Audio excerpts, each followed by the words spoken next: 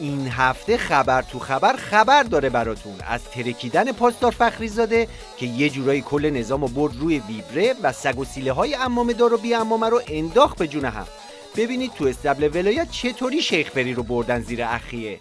جناب آقای رئیس جمهور روز چهارشنبه بیان می کند که آمریکا به بد و خوب تقسیم می شود و ژانویه 2017 رو مبدأ آمریکای بد و خوب داره قرار میده.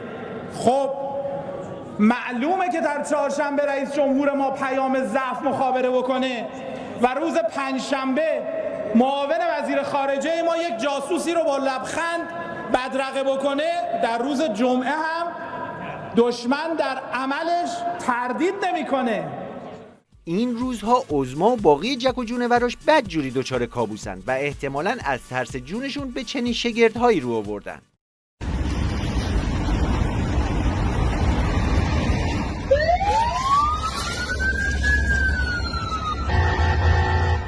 عظما هنوز که هنوزه توی باطلاق انتقام سخت پاسدار سلیمانی گیر کرده، بعد بسیجی‌ها دنبال انتقام سخت این یکی هن. نشست پیگیری و بررسی ابعاد حقوقی ترور سردار شهید حاج قاسم سلیمانی و همرزمان ایشان در دادگستری استان تهران با حضور جمعی از مسئولان قضایی برگزار شد.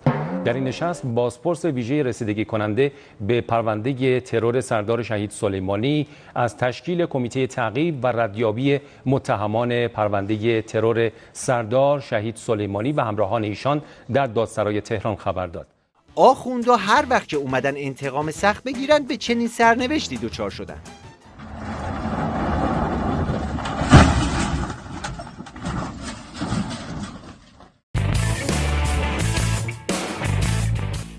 توی این اوضاع قمر در عقرب مم جواد ظریف هم دنبال تصفیه حساب با رقباشه و پشت پرده سیاست انقباض رو اینطوری لو میده.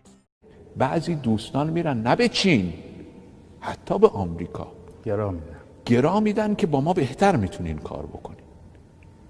ما که سکوت میکنیم دلیل نداره که متوجه نیستیم از این گراهایی که داده میشه. من به کسی رو متهم نمیکنم. البته نه اون گرا دادن ها در دیان نظام دوام میکنه و نه این فاشگویی های ظریف. در هر حال سیبل اصلی عمامه عظماست.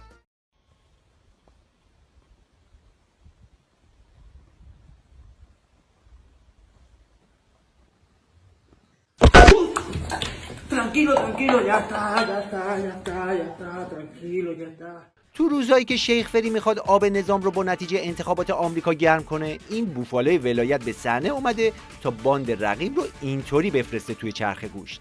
برادران و خواهران، بینندگان عزیز، شنوندگان محترم، شما گول یک عده کاسبکار سیاسی رو در این کشور نخورید. تا به امروز خیلی شما رو فریب دادن، خیلی شما رو گول زدن، باغ سبز و سرخی به شما نشان دادن که بیان بر مقدرات سیاسی کشور و نظام و انقلاب شما مسلط بشن و نتیجه سلطه‌شون هم دارید میدیدید. این مدیریت‌های نابکارانه و ناقصانه است که دارن انجام میدن. حالا بشنوید از جوجه تئوریسین نظام که رای دهندگان به شیخ فری رو میذاره سینه دیوار و کاسه کوزه ها رو بر سر اونا میشکنه و میگه تقصیر خودتونه که رای دادی. بابا این مشکلات 90% مال توه. من اینجا تصمیم درست بگیرم وام بخوام بدم به یه بابای بدبختی بیچاره برید، این چه ربطی به اون طرف داره؟ بابا ما 85 میلیون جمعیتیم، خودش یه بازار بسیار بزرگه. بعد از اون طرف پولا خرج چی میشه؟ واردات بی‌رویه، قاچاق کالا، آب معدنی 45000 تومانی. یعنی من اون هاش دو نیست چیه؟ غذای سگ و گربه با عرض 4200. مردم گشنن، غذای 4200. ببین اینه من جلوی چشمه. برای چی؟ برای اینکه نوش جونتون جوونا، هیچ که برای ما کار نمیکنه. چرا؟ همه دارن کار میکنن براتون.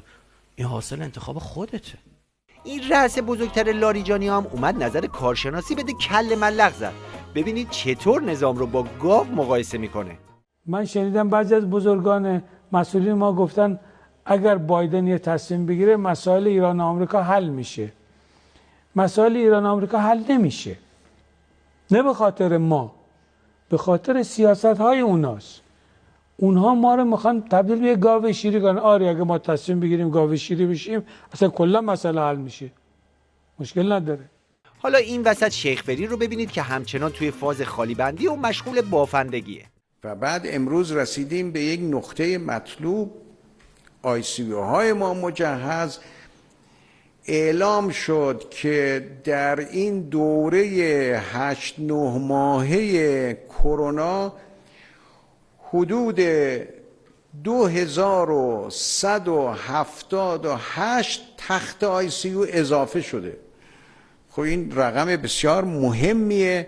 تجهیزات درمانی ما، کادر درمان ما همه به صحنه آمده. اگه این چنین نبود ما 4000 تخت ICU داشتیم، یه روزای ناچار شدیم 5000 رو ببریم تو ICU. چیکار میکردیم؟ یعنی 4000 نداشتیم تخت، ولی امروز داریم به حمدالله، به خاطر کار بسیار گسترده‌ای که نسبت به این تجهیزات انجام گرفته.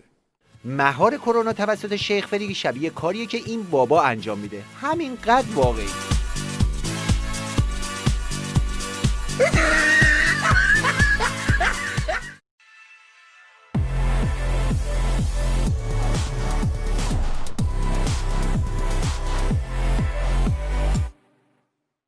وقتی رئیس جمهور نظام یه چنین دروغگویه، دیگه تکلیف باقی مهرهای حکومتی روشنه. یه نمونهش این موجود بیچشم و روحه که حیا رو خورده و شرم رو بسته به کمرش. ما عقیده داریم که نیازهای اساسی مردم باید تامین بشه در همه زمانها. در هر زمانی باید مردم ایران اسلامی از نعمت نظام اسلامی و از نعمت حق خودشون برخوردار باشند.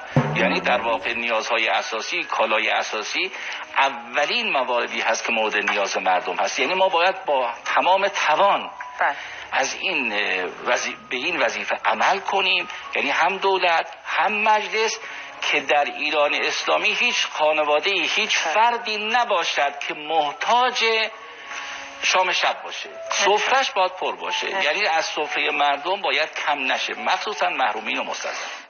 مشکل این جماعت اینه که بازیگری هم بلد نیستن. بازی این طرف رو مقایسه کنید با بازی طبیعی این کوچولوی بانمک.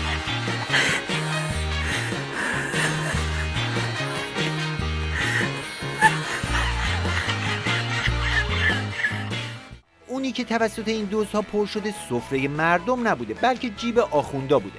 ببینید تو جنگ و دعوای باندی چطوری داستان بخورشون رو میکنن. الان هزینه‌های جاری دولت وحشتناک بالا رفت.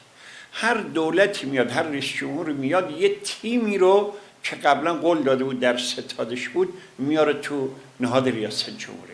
هی میاره اینجا تلمبار میشه، اینا استخدام میشن، حقوق بگیر میشن، بیکار میشن. همین الان مجلس، الان در مجلس شورای اسلامی من شنیدم، از یک نماینده ها شنیدم 70 نفر از بیرون آوردن داخل مجلس. اشتهای این جماعت برای خوردن مال مردم یه چیزی تو این مایه هاست.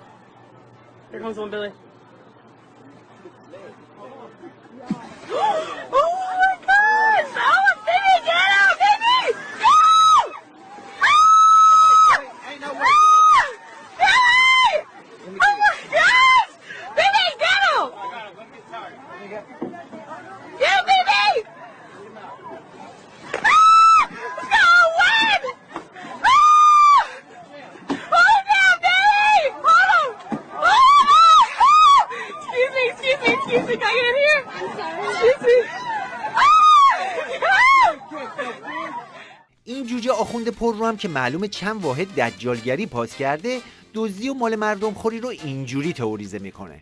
گفتم 14 تا معصوم دارم، یک کدومشون فقیر نیست، پول دارن، میلیاردرای زمانشون هستن.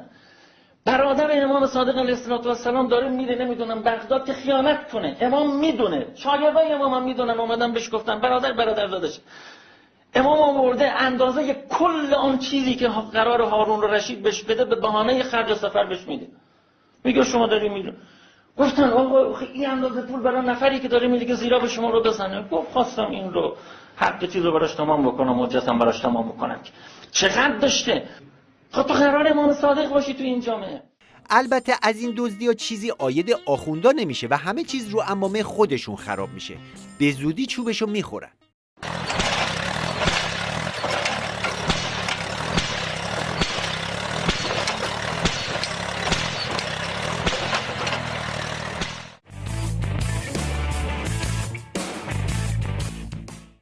سوتی بازار ولایت هر بار برگ جدیدی رو میشه. مثلا این مشنگ اومد نقش خمینی در انقلاب ضد سلطنتی رو تشریح کنه، اما اون چنان سوت بلبلی زد که بعد مجبور شد بگه غلط کردم. خالی کردن پست شاه در خارج از کشور عامل سقوط رژیم پهلوی شد. یعنی فکر می‌کنید که بین امریکایی‌ها و امام مذاکره صورت گرفت؟ نمیدونم، من خبر ندارم، چون شاید به این صورت بشه راحت‌تر گفت که حضرت امام فرزند ناخلفی برای اونا بود. اونا پشت شاه رو خالی کردن و از این فرصت هم انقلابی‌ها با فرماندهی امام با رهبریت امام از فرصت حداکثر استفاده کرد. این هم یکی از اون مشنگ‌های کله کروناییه که رئیس یکی از کمیسیون‌های مجلسه، اما بلد نیست 2 کلمه انگلیسی بگه و به جای anywhere و anytime میگه anywhere و anytime.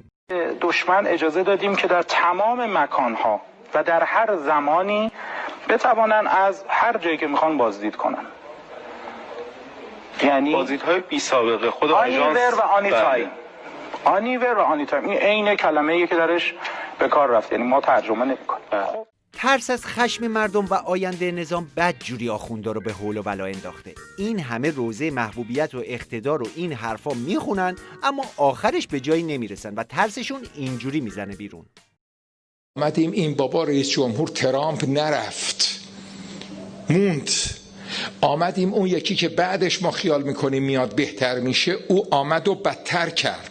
ما که نمیتونیم سرنوشت این همه مردم رو، 80 میلیون مردم رو گره بزنیم به اراده اونها و خواست اونها. خود ما تدبیر بکنیم کار رو، خود ما تدبیر بکنیم، یه فکری بکنیم. اینجور وضع مردم پیش نمیره و متاسفانه شرایط بدی است و یک بدی هم که داره، دلم نمیاد این رو بگم، اما مردم حالا اینجور شده دیگه. من نمیدونم، همه این کمبودها، همه این ناراحتی ها رو از این عمامه میبینن. اسکول کردن آخوندا هم این روزا به یه چالش تبدیل شده و ملت اینطوری به ریششون میخندن.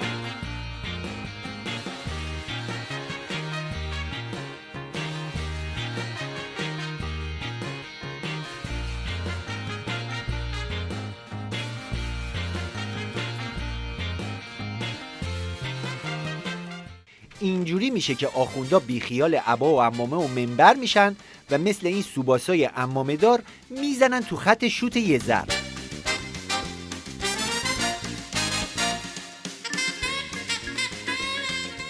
تو مشنگستان نظام همه جور جنسی پیدا میشه. این جماعت حتی وقتی میخوان ضد عفونی بکنن هم یه چنین صحنه‌ای درست میکنن.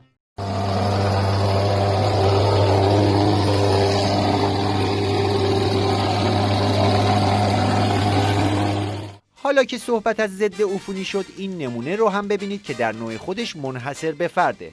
ضد عفونی شتری.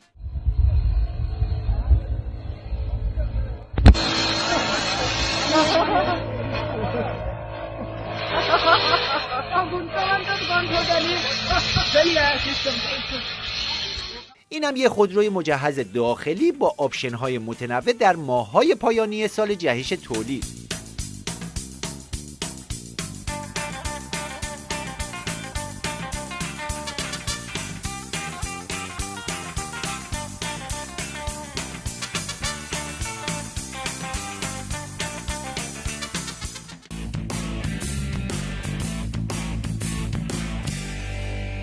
آخوندهای تروریست وقتی میخوان تو تلویزیونشون مسابقه راه بندازن هم همه چیزش به سبک خودشون میشه، از دکورش که توش بمبه تا سوالاش که راجع به آخوندها و مهره‌های ترکیده نظامه. کدام شخصیت‌های تاریخ انقلاب اسلامی به دست گروهک فرقان ترور شدن؟ یه نکته انحرافی داره، دقت کن که اشتباه نکنی.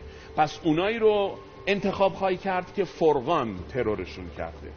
آماده ای؟ بله. بی زحمت بمب فعال شد. شماره 1 فعال شد. حالا برو 30 ثانیه ببینم چی کار میکنی. کدوم گزینه رو انتخاب میکنه؟ قرمز. دقت. 3 2 1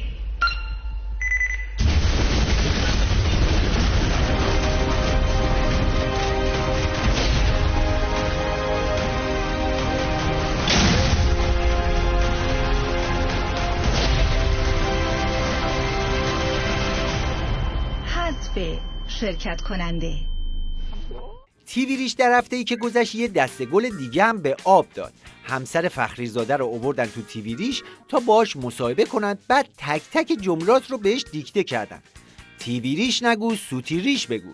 سلام عرض میکنم خدمت بینندگان عزیز و عرض تبریک به شهادت ایشون رو تبریک میگم به همه و مقام معظم رهبری که بهشون ایمان داشتن و عاشقشون بودن.